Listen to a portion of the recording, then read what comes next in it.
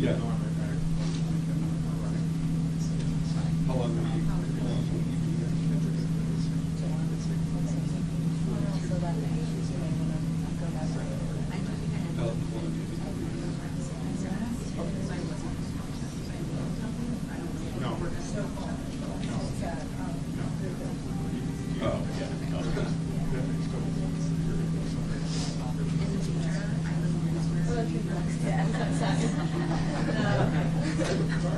I know.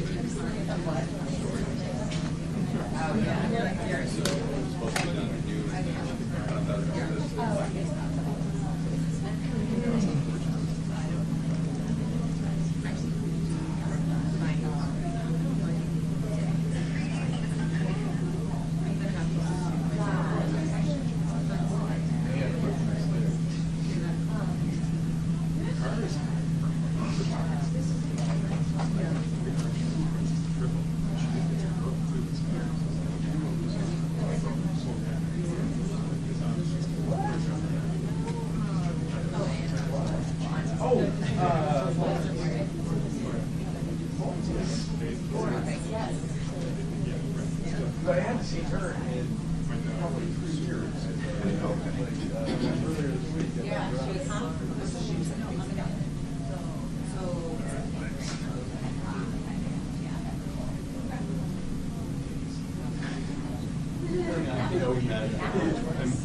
Oh, really? Yes, yeah. I think you mentioned the Delaware. Yes. Yeah. Sorry. Yes, it's really fun. Yeah. I want to be here. Yeah, it's so much. You're important for phone.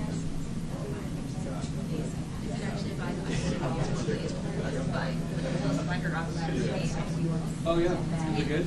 It's very like it's not fast edited, like it's not fast. Yeah. Was it tell? Yeah.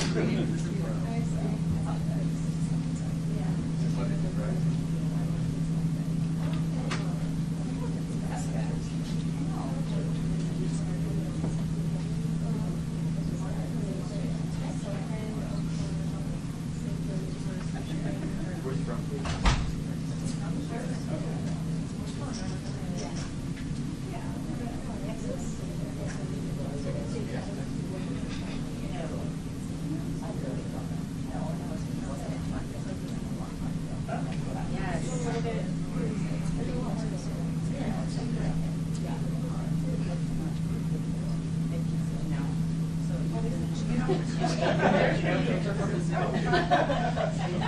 Picture was crazy.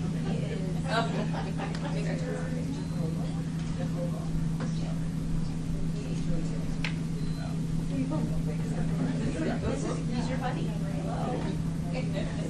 I was running all day. I go to see him the first time. So we heard. You're like, so how is he? Yeah. So long.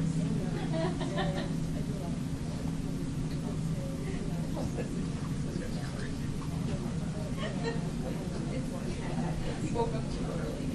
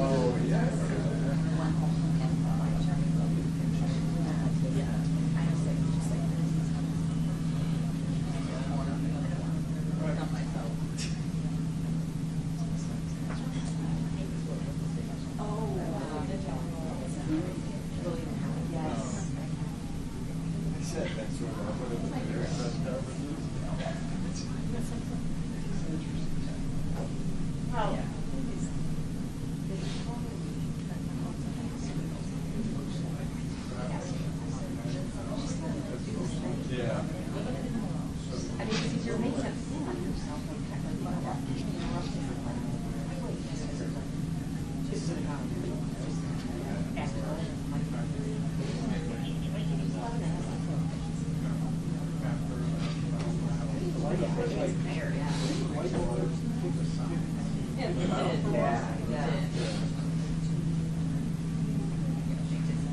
And then, what the couple of weeks ago, they hurt me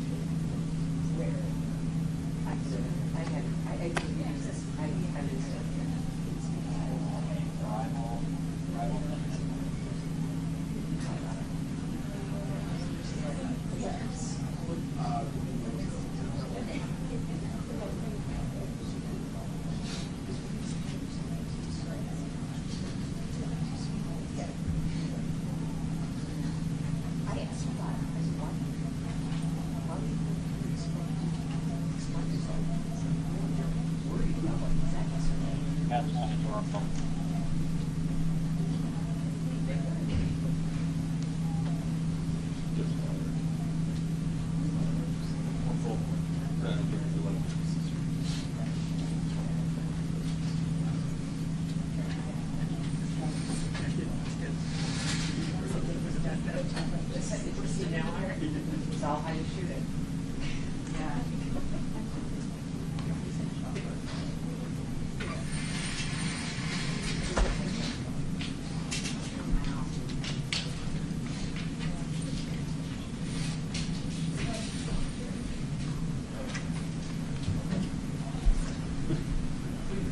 She's gonna walk all the way.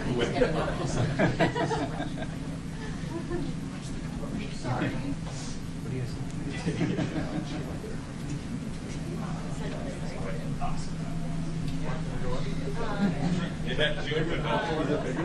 Yeah, a little bit.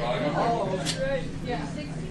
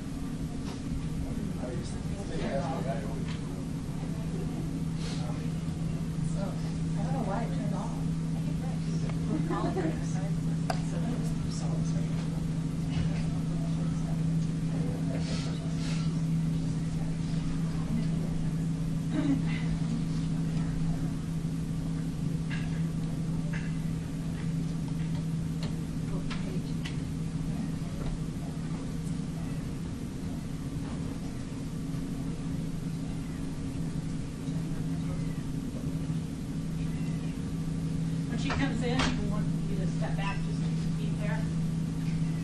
Thank you.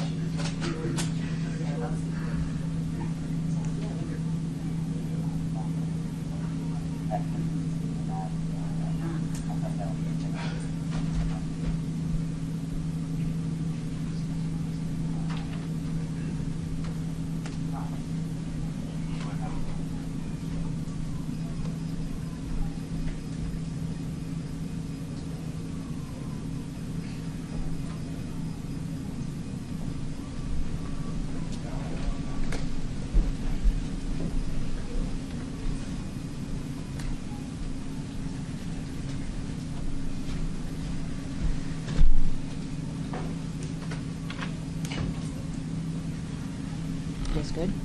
Yeah, good. Good. Good morning, everybody. I'm Kristi Noem, the United States Secretary of Homeland Security. And it's been about 7 months now since President Trump and his administration have been working to make America safe again. As you know, the Department of Homeland Security is tasked with making sure that we have a secure border, which we have overwhelmingly been successful with by President Trump's direction, at making sure we're enforcing our laws in this country, that the rule of law matters, and that it applies equally to everybody. We have had for 3 months in a row 0 illegal aliens entering the United States, which is the first time in this nation's history that we've seen that kind of security at our nation's border.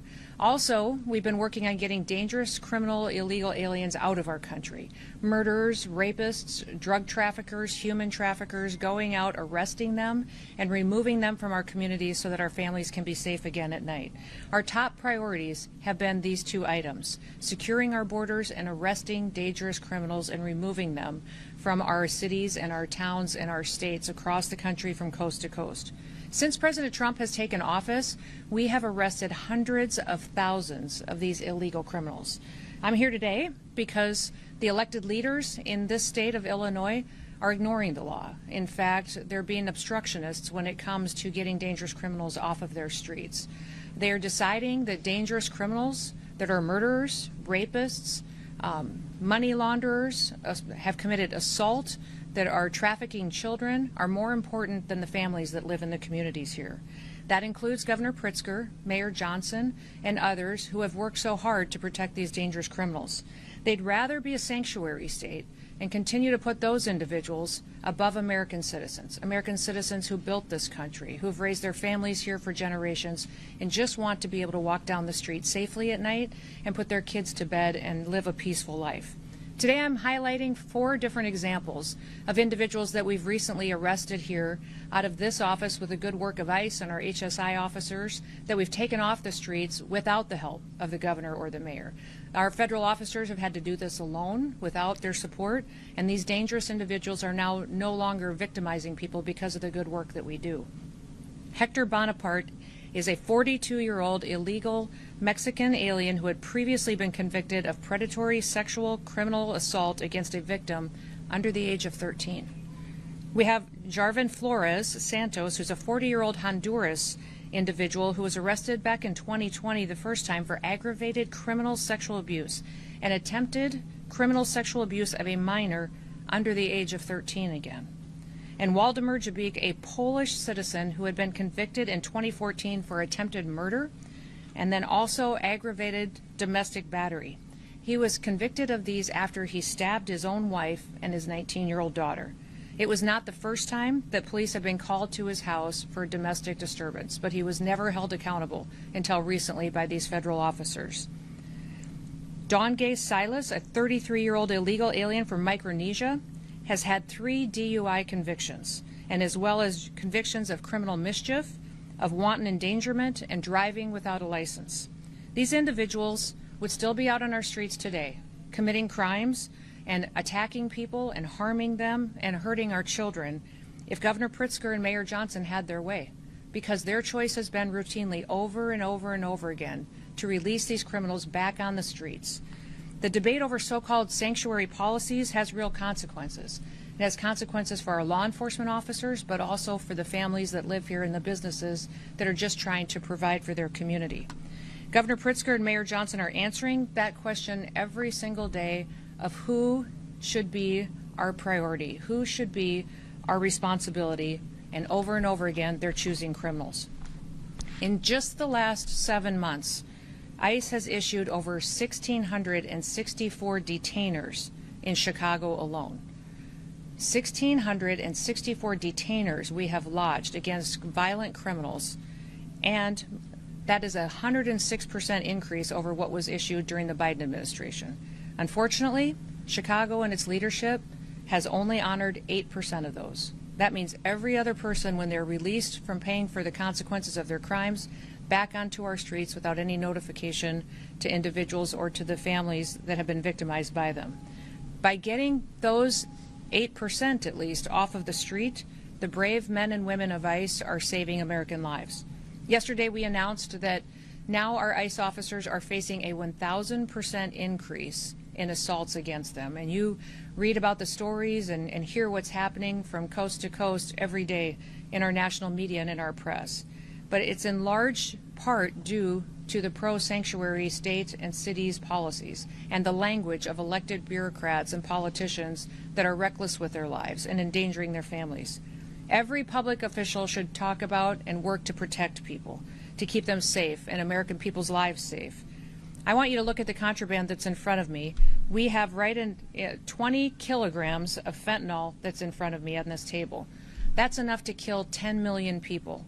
And here out of this office, this was interdicted just days ago here in Illinois, and because these federal officers have been out on the streets picking up criminals and dangerous individuals, we were able to take this 20 kilograms of fentanyl off the streets and save over 10 million lives. They're also keeping these weapons out of the hands of criminals that would use it to rob and assault and to murder individuals in these communities. Unfortunately, all of the politicians that have spoken out against their efforts, their desire appears to be that they would like to have more of this on their streets. More drugs out there for their kids and families to be victimized. More guns out there committing crimes. That is not the work that we do in ICE. The work that we do is to protect people and make sure that we remove these weapons and drugs off of our streets and hold those criminals accountable who would go forward and continue to use that to harm individuals. I just want to ask you for 3 things today. Number 1, I want to ask you to support your law enforcement officers. Have their backs. Every single individual that's out there that is noisy and attacking them right now is having an effect that's ratcheting up the rhetoric and distorting facts and not allowing the facts to get out of what the work that they're doing every day and what we've done to help victims get some justice for the harms that were perpetuated in their lives. Those of us that appreciate the work of our law enforcement officers, the fact that we're a country that doesn't pick winners and losers. We apply the law, and if we don't like the law, we should be going to Congress to change it. But that is what these law enforcement officers do, is they continue to uphold the law and make sure it applies equally to everybody. Second thing I'd like to ask you to do is stop putting criminals first. Stop making them the #1 priority. They are perpetuating harm on American citizens, and they need to be held accountable for it. And number 3, I would ask that you think about the family members around you, the people you've spent your time with, the American citizens that live next door to you in your community. Start thinking about what kind of a community they want to live in, what your city should look like, what their families deserve, and put them first. Make them the priority, because they're the ones who invested in this country, and keep it safe and keep it productive and keep it the best country in the world. We'll never apologize here for protecting the American people, but we're going to continue to arrest dangerous, criminal, illegal aliens. We will defend the homeland. That's what ICE is doing, and I'm so proud to be able to walk with them and to lead with them while they fulfill this mission to really keep United States blessed far into the future. So with that, I'll open it up to any questions that you may have. Secretary, Yes. you guys have spent $20 million of taxpayer dollars on Canadian to get people to self-deport using the CBP Home app. How many people have actually done that? What's been the return on investment for taxpayers in that campaign? Well, actually, the 20 million campaign was to send a message to people that if they were here in this country illegally, that they should go home on their own. If they wait until we arrest them and we have to remove them, they'll never get the chance to come back to the United States. So it wasn't just on the app, it was also encourage them to voluntarily go home. We know thousands and thousands of people have used the app, but we also know that hundreds of thousands of people have left on their own, not utilizing a government program to do so. I've been to, I think, 10 different Central American and South American countries and visited with their presidents, with their foreign ministers, interacted with the Department of State, and over again I'm hearing that hundreds of thousands of their citizens are coming home voluntarily. They've seen the ads, they've seen the messages on social media that if they go home on their own, they'll get the opportunity to come back to the United States the right way. And so most of these countries as well are setting up programs to welcome their individuals home. They have housing loan programs that they're setting up. They're allowing them to have food assistance for several months. Several of the countries I've recently visited with are training individuals and workers to come home because their economy has a need for those individuals. So sending that message has been extremely helpful in making sure that people know that here we're going to enforce our laws and that there's a right way to come to this country. And you're going to be allowed to do that if you voluntarily leave. Do you have like current comprehensive numbers, specific numbers? We can get it for you, but each specific country has given it to us along the way. But I would say we believe over 1 million people have gone home on their own. Since the CBP Home app? Since we have started this administration, yes. But we've arrested hundreds of thousands that have gone through our system.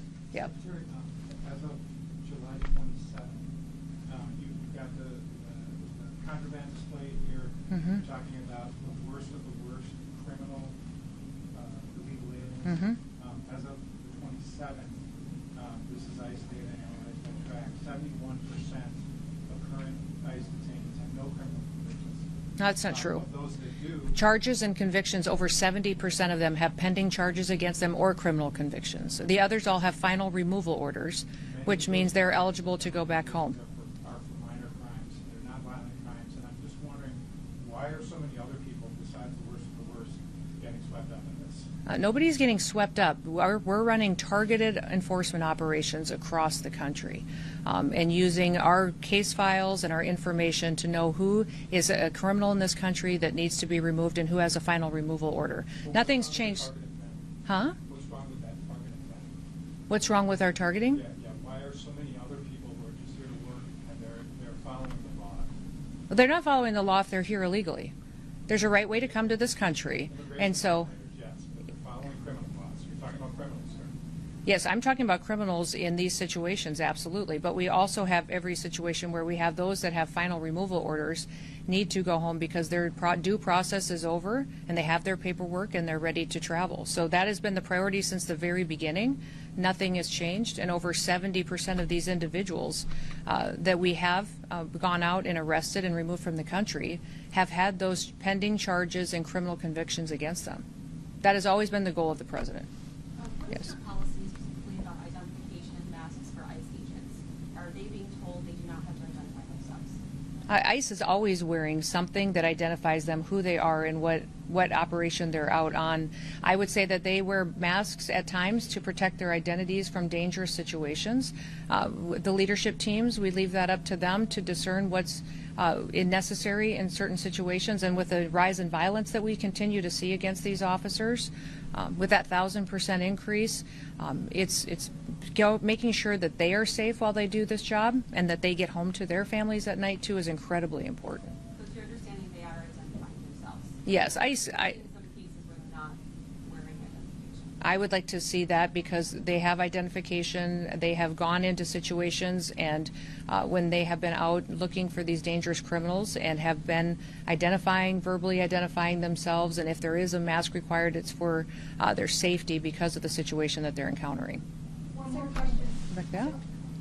Secretary, Yeah. you mentioned that it's been harder to work with officials in Illinois because of the way the government functions, but you're also on a mission to hire thousands more ICE officers and detain folks who are in Illinois. So how are you doing that, hiring people within the state, or people that are willing to work in the state, and where are those folks going? Yeah. You know, the response has been overwhelming. Part of the big, beautiful bill that President Trump advocated for allocated to us the resources to hire 10,000 new ICE officers. We have had that open for less than a week, and we have over 80,000 applicants for those jobs.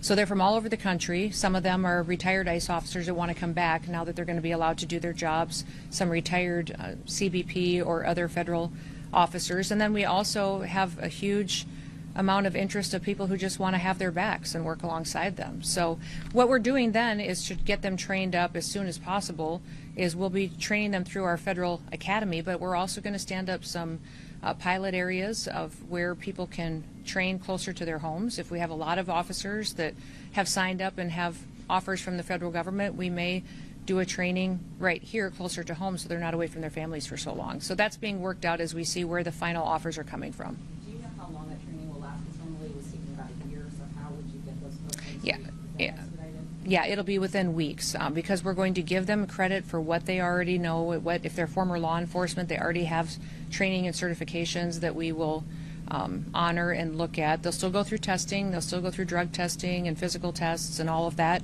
But we want to make sure that it's an expedited where we check the box if they have the experience. Then it helps us not keep them stalled out in an academy for weeks at a time.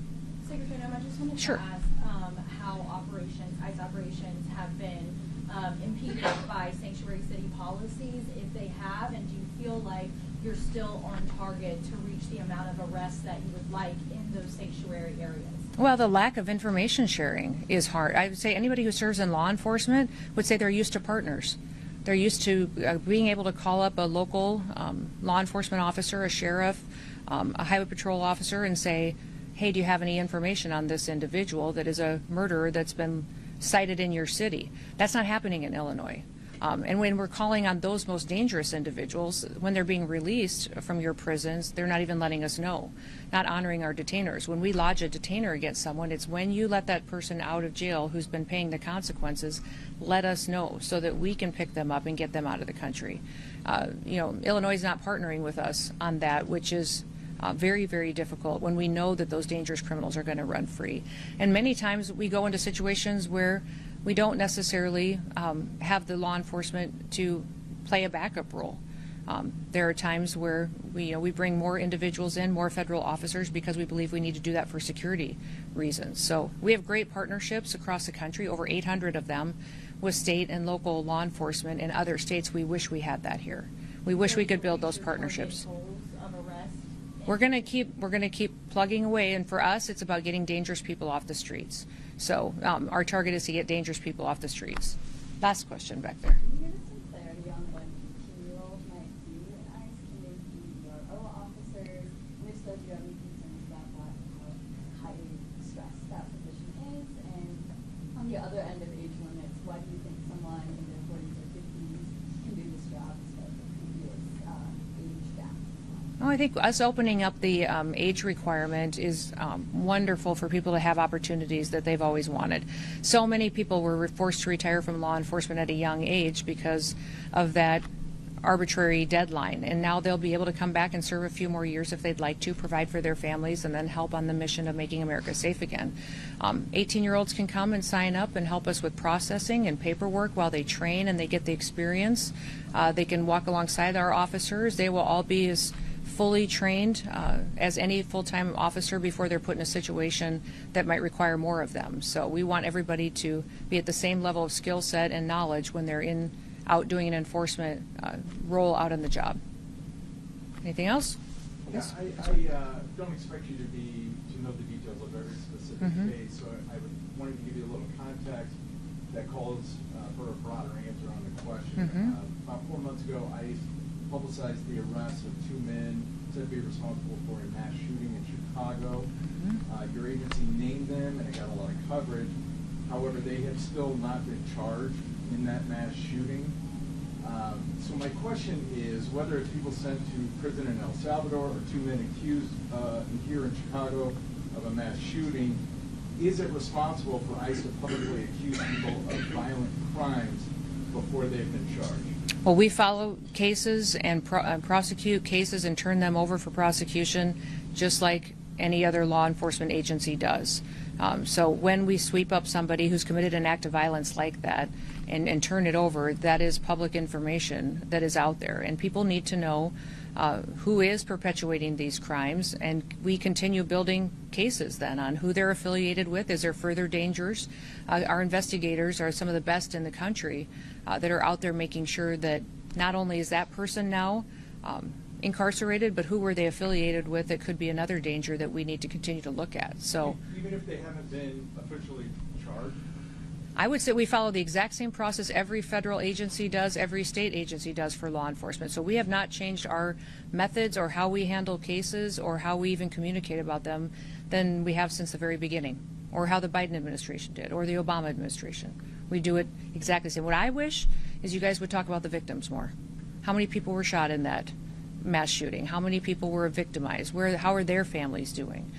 You all spend so much time talking about the poor justice for these criminals that are harming individuals every single day, and you don't even think twice to go talk to a mom who's now lived for 1.5 years without her daughter. Go talk to somebody and see how they're doing, trying to get their kids to school, not sure if they're safe. So I would encourage you to remember that there's always victims in these situations, and many times you're focusing on the one who made them a victim. Thank you. You guys have a good day.